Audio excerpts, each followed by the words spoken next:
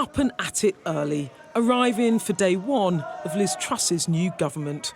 And for now, at least, it's all smiles. How are we going to fund support for Ukraine and support for energy bills? But urgent questions to answer.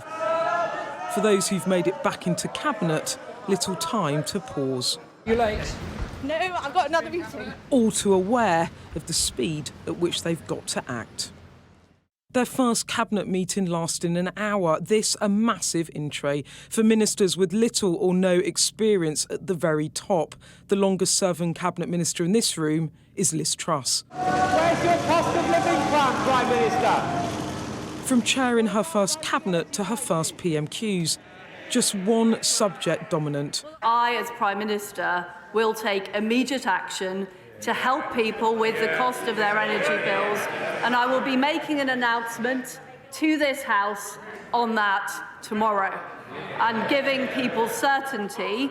Agreement on both sides of the House. Tomorrow's energy package couldn't come sooner, but clear splits on how it should be funded. When she said in her leadership campaign that she was against windfall taxes, did she mean it? Yeah. I am against a windfall tax. I believe it is the wrong thing to be putting companies off investing in the United Kingdom just when we need to be growing the economy. He doesn't agree. This the big divide. Labour want energy companies to use excess profits to help pay the nation's energy bills. Liz Truss would rather, in time, put it on the taxpayer.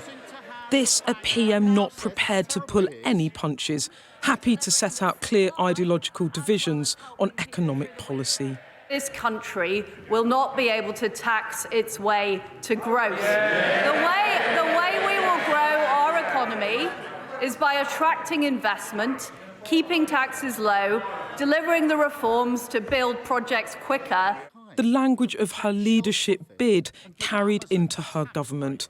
Campaign pledges turned into prime ministerial promises. I'm on the side of people who work hard and do the right thing. That is why we will reverse the national insurance increase, and that is why we will keep corporation tax low. Because ultimately, we want investment right across our country. That is what I will deliver as Prime Minister. A PM who prefers to borrow than tax for public spending. The Prime Minister claims to be breaking orthodoxy, but the reality is she's reheating George Osborne's failed corporation tax plans, protecting oil and gas profits and forcing working people to pay the bill. The face at the top may change, but the story remains the same. There is nothing new about the Tory fantasy of trickle-down economics. Can't she see? There's nothing new about a Tory Prime Minister who, when asked who pays, says it's you, the working people of Britain. Well, there's nothing new about a Labour leader who is calling for more tax rises.